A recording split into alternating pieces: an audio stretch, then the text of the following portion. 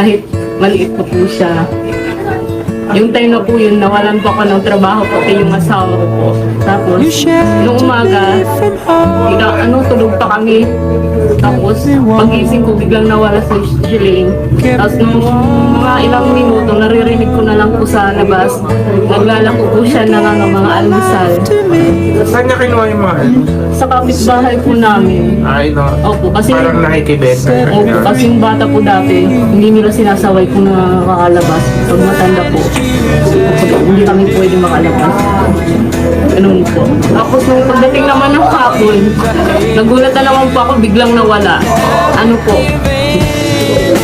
po siya, nagbabasura bahay-bahay po. Tapos pagdating niya po, may dala siyang bigas at saka ulam. Paano ba't mo naman naisip yun? Kasi ang dami ko po kasing kaibigan dati. Siyempre, ang hirap po ng buhay nun. Kaya ayun, bawat po kasi namin, ayun na po yung doon na po kami nagkakapera.